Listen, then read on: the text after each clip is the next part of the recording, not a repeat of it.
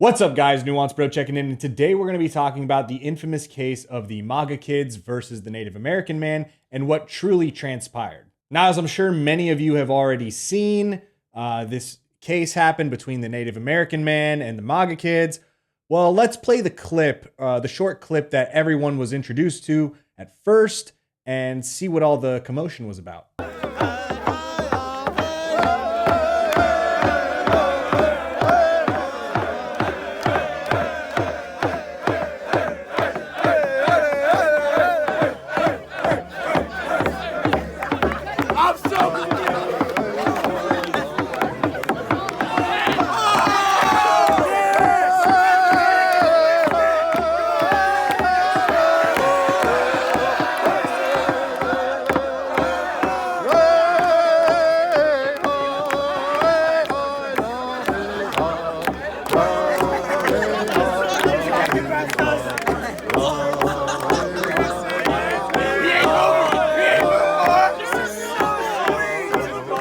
Okay, so for the most part, that was the clip that was being circulated around. People were even taking pictures of that and reposting it on Twitter and other social media platforms.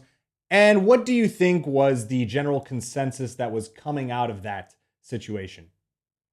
Well, it turns out that everyone was really mad at that kid in the red hat and the people surrounding him and claiming that they were being racist and disrespectful to the older Native American man.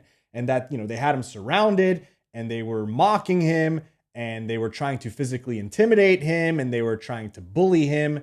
And the person really at the center of it all who got the most hate and the most publicity was this kid in the red hat, the red MAGA hat. So you had all kinds of people, especially on Twitter, from the left and the right. So starting on the left, you had people like Reza Aslan, who was talking about how this kid has such a punchable face. And then you had people like Kathy Griffin asking for names and how she wanted these kids doxxed. And then you had a Disney producer who had a picture suggesting that he wanted these kids, the MAGA hat kids, put into a wood chipper. Classy. But even on the right, you had people like Ben Shapiro, who was retweeting things about how the kids were in the wrong and how they should apologize to this Native American man. You had Meghan McCain, who had similar sentiments, and so on and so forth. Now, this made its way from social media, but even into mainstream news. It was all over the place. And you had outlets like CNN, CBS, NBC, MSNBC, I think even Fox. You had all these networks that were promoting this story and making these Catholic school kids out to be the bad person. Now, before we get to what really happened, let's just analyze this clip for a second. It's a very short clip. There's not a lot of context, and that's the key. There's not a lot of context. A reasonable person, before making any sort of judgments and coming out and definitively saying how something is wrong or bad, you would ask a few questions, especially if you're in the field of media and you have some journalism credentials. You would ask, well, first of all, who are these people? Who are the kids? Who's the guy? What are they doing? What actions are they actually doing? Why are they there? Why are the kids there? Why is the guy there? How did this all start? Like, what's the context behind all this? People didn't care to ask those questions. They decided to immediately jump to judgment, rush to judgment, and judge these kids.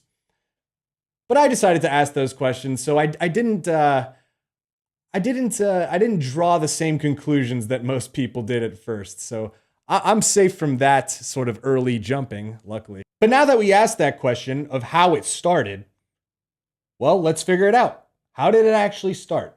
Well, to many people's surprise, it actually started not because of any one of the two groups, but a third group was involved. Yes, this group is what they call the Black Hebrew Israelites. Who are the Black Hebrew Israelites, you might ask? Well, I'm glad you asked. You see, the Black Hebrew Israelites are a very controversial group, and they're quite a radical group. And in fact, the SPLC has them listed as a hate group. Now, what do the Black Hebrew Israelites believe? Well, they believe people like Ben Shapiro are not real Jews. They're so-called Jews. They are the fake Jews. The real Jews are black people. And they believe in all kinds of hateful conspiracy theories, And they actually believe crazy things like all great people in history were actually black people, but history tries to whitewash them as white. In fact, here's a clip from Louis Theroux's documentary in the 90s that shows this. We are aware of the fact that we have been classified in this country as a black supremacist or hate group. But I just want to show you something that's very interesting in this book, that the original rulers of England and Britain were black, which sounds nuts to you. That's King George of England. A light-skinned black man. Can I give you a list of historical figures, prominent figures from history, and you'll tell me whether or not they were white or black? Shoot, give me your best shot. Where did we start? Okay, Beethoven. Black. Mozart. Black. William Shakespeare. Undoubtedly black, without question. Abraham Lincoln. That's still in debate. Beethoven black, Mozart black, you know, common sense, obviously, tons of historical evidence for this. But the reason I'm giving you all this contextual information for who these people are is because it informs their actions throughout this whole process. Now, obviously, since the shorter video came out, a lot of other videos came out, including an almost 2-hour video from the Black Hebrew Israelites themselves. Now, this was a video that they themselves were filming at the time before the whole confrontation between the Native American and the MAGA kids happened, and even afterwards. So what happened, you might ask? Well, as they usually do, they set up shop and then they begin insulting people around them. For example, they called the kids incest babies. A bunch of incest babies. A bunch of babies made out of incest. Oh, hold on. Look, I think I forgot just a small one here. He called them a bunch of child molesting f***its. Let's make America great again. A bunch of child molesting f***its. That's right. They were telling the kids to get rid of the lice on your damn back dog. Get rid of that damn lice on your back. Get rid of lice. Get rid of lice season. Goddamn dog. So the kids were hearing this hateful rhetoric that these guys were putting out, and you know, they didn't want to stand for it. They wanted to maintain a positive, they wanted to maintain a positive environment. They were actually, the reason that these kids were there in the first place, by the way, is they were there for the March for Life. They were marching for something they believe in as part of their Catholic school. They're actually a Catholic school in Kentucky. They bust themselves over there to participate in this event. And they were actually gathered around here because they were waiting for buses to arrive so they could leave back home to Kentucky. But while they were waiting, they're like, you know what? We're being kind of, we're being verbally abused by these guys. They're saying hateful things. They're bringing the mood down. They decided to engage in some school spirit chants. So they decided to do that. And this one kid goes down in front of the crowd, takes his shirt off, and then he starts doing, I guess, something that they've choreographed before at their school. It's like a school spirit thing that they do. And it almost kind of resembles a haka dance.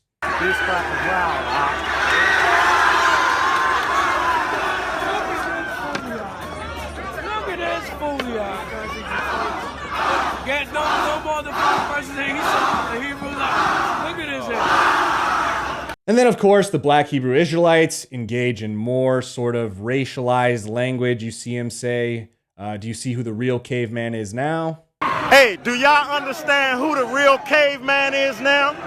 You understand who the real caveman is now? Now, this is like a black supremacist type belief that white people were very primitive back in the day compared to blacks who had advanced civilizations. Of course, this isn't really all that accurate, but they believe in all kinds of crazy things like Mozart and Beethoven are black people. Go ahead, what you say? That's right. Here come Gad. Here come Gad. Here come Gad. And now who do we see? We see the native man himself, a man by the name of Nathan Phillips. He decides to come in and join in on all the fun. Now, before we get into that portion, we have to figure out, well, why is he stepping in? How can we determine motive here? There's this group called Black Israelites, I think they are. So they're down there, and they set up right on the edge of our permitted area. And when I first seen them, it did remind me of a group called the Westboro Baptist Church. But then it starts escalating after about an hour. Over an hour, it escalates and escalates and escalates. And then they started doing unified chants, and they were like edging closer to these guys. And these 4 black Israelites, they weren't going to give up no ground. Video shows Phillips approaching the students, who had gathered on the steps of the Lincoln Memorial. It is unclear in videos if the students moved closer to the black Hebrew Israelites, but Phillips told the Post he was trying to diffuse the tension. So as you can see, Phillips actually described these black Hebrew Israelites as, kind of similar to the Westboro Baptist Church as far as rhetoric and kind of being crazy and all. So, they don't have, good PR going for them. But, he talks about how he saw things escalating and he wanted to step in, and how he saw them actually coming in closer and edging closer to the group. Well, as you saw, they showed that they didn't have really any evidence for that. Now, in a CBS interview, he decided to say that it was because that they were saying racial epithets towards the group and they were being racist and saying hateful things. Let's see what was said about that in that interview. You could hear the black Hebrew Israelites shouting things. Racist things at the white people. And They the were white shouting people, racist things. And the white people were shouting racist things back at the black Hebrews. Phillips couldn't be specific about what the boys shouted, and so far, no video evidence has emerged supporting his claims. And it was Phillips who approached the boys, not as it first appeared, the other way around. He walked among the group as they appeared to chant to his drum beats. Phillips said he believed he had to do something to protect the black Israelites group from the boys, some of whom wore Make America Great Again hats. So once again, no evidence, no video evidence, nothing, and there's no, it just wasn't clear whatsoever that that was the case. And he approached them. You can clearly see that in this video. He's approaching them. Now, what a lot of people were saying in the shorter clip earlier on was, why did this kid decide to step in front of this man and block him from moving forward? Why did he try to physically intimidate him and block his way? Then Phillips describes the tense moments now being replayed over and over again online when a young man got right in his face. Watch. When I started going forward and that massive groups of people started separating and moving aside to allow me to move out of the way or to proceed, this young fella put himself in front of me and wouldn't move.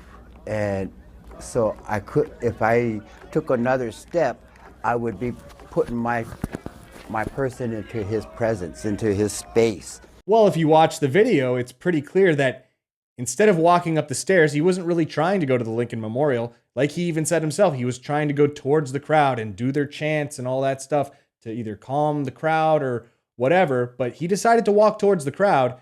And as you can see in the video, there is a great path. He could have walked right around the kid, just like taken 2 steps to the side and walked forward. But instead, he decided to walk up to the kid, not up to the memorial, and decided to bang a drum in his face. Now, this kid has gotten a lot of crap. I mean, he just stood there. You can see him smiling, trying to show, I'm not a threat. Nothing bad going on here. Like, it's okay. Like, he didn't want to raise tensions. He wanted to show like, hey, man, it's all cool. It's all good. And he's just standing there. He's not going to be physically intimidated or bullied into moving. I mean, he was standing there. The person came up to him and he was kind of confused as to what was going on. But you really can't say anything bad about this kid. I mean, he really maintained his composure. I think he's 16 years old, smiling, with all this stuff going on around him. You had hateful groups saying things towards your group. Then you have this other group of adults that you don't know where they even came from, and they start banging a drum in your face inches away. I mean, that at any moment, that could be a weapon or whatever, and you could probably feel the percussions coming off that drum. But not only that, even while he was faced with that, he was still trying to calm people in the crowd down. As you can see in this clip, when someone from the native crowd decides to be a little, let's say, racist towards the kids, telling them certain things like this. This is not your land. No, it's not. You've been here 2-3 generations. Compared to us, we've been here millions years. So get the out of my face with that shit. It's not bullshit. It's theory. Bullshit. It's not bullshit. It's proven, man. Come on. It's proven. You already is proven. You just want to believe what you want to believe. So the man was telling the white kids, go back to Europe. This isn't your land. You know, basically judging someone for their race and being racist towards them. But what did the kid here do? You can see him gesturing towards his friend and saying, yo, don't engage. Don't do that. Like, let's be calm here. That's a very mature 16-year-old there. So this person who decided to go to the March to Life, this person who was calming people down, this person who just literally stood there smiling, all of a sudden, overnight became the face of racism in America. Like, how crazy have things gotten in this country where a kid doing almost all the right things becomes just like the symbol of hate by these like political hacks. It's just absolutely disgusting when you look at it. Well, you wouldn't really know it from the shorter video, but when you look at the longer video, you can see that eventually the kid actually does move out of the way. He doesn't want a drum banged in his face, and he actually leaves. He leaves peacefully. And does the old man head up to the memorial like he was planning to go in that direction like he was claiming? No, he actually stays there longer. He turns around, he keeps banging the drum a little bit, and then he steps down. And then for some reason, he does like a weird sort of yell.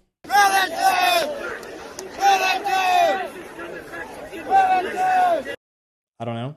Before we get to the next part about, kind of what transpired later, because we're going to get back to the Black Hebrew Israelites, but I just want to highlight how this situation was really confusing for the kids there. I mean, they were voicing this kind of throughout everything happening. You can hear clips here and there about saying how I'm so confused and what's going on here. I'm so confused. What is happening? So ultimately, this was a group of kids who were just confused about like why these different groups were coming at them and what they did, and they didn't know exactly what to do in the situation, so they did what they could and just started doing spirit chants. And this is the group people are trying to demonize. But let's get back to the Black Hebrew Israelites, because after the native man left, these people decided to continue spewing their hate. But then he decides to say this. On the back of your dollar bill, it says, in God we trust, but you give f***ing rights.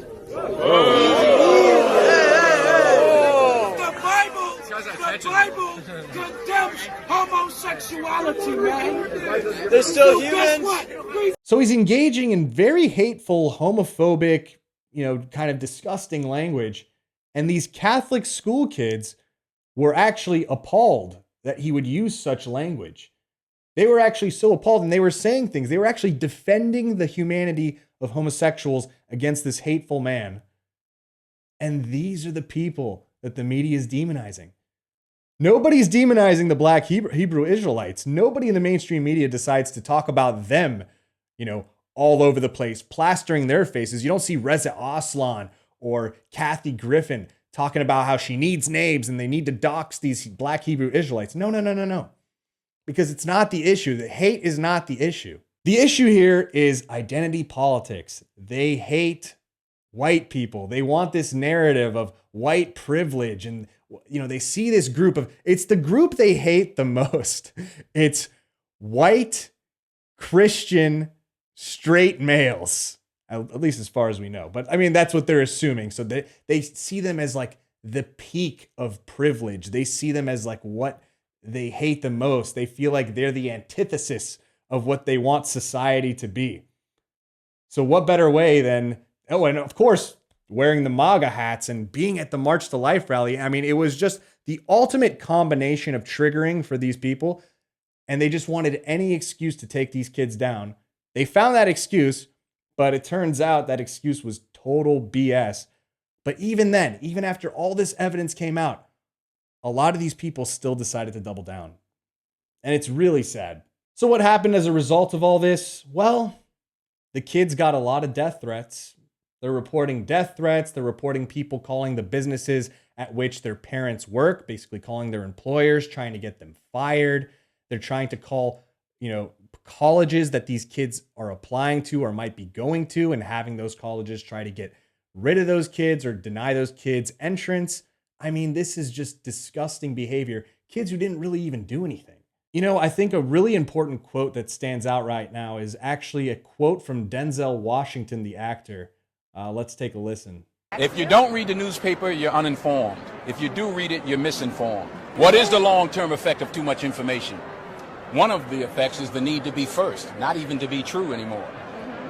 So what a responsibility you all have to tell the truth, not just to be first, but to tell the truth. We live in a society now where it's just first. Who cares? Get it out there. We don't care who it hurts. We don't care who we destroy. We don't care if it's true. Just say it, sell it. Anything you practice, you'll get good at, including BS. And I think he said it perfectly there. The news really isn't obsessed with being right. They're obsessed with being first. And they need to focus more on being correct and being right rather than being first. People will respect you a lot more for getting the information right rather than just rushing to be the first one who gets it out there. And that's what I try to do. I may not be perfect, but at least I was pretty good in this instance. I did get it right in this case.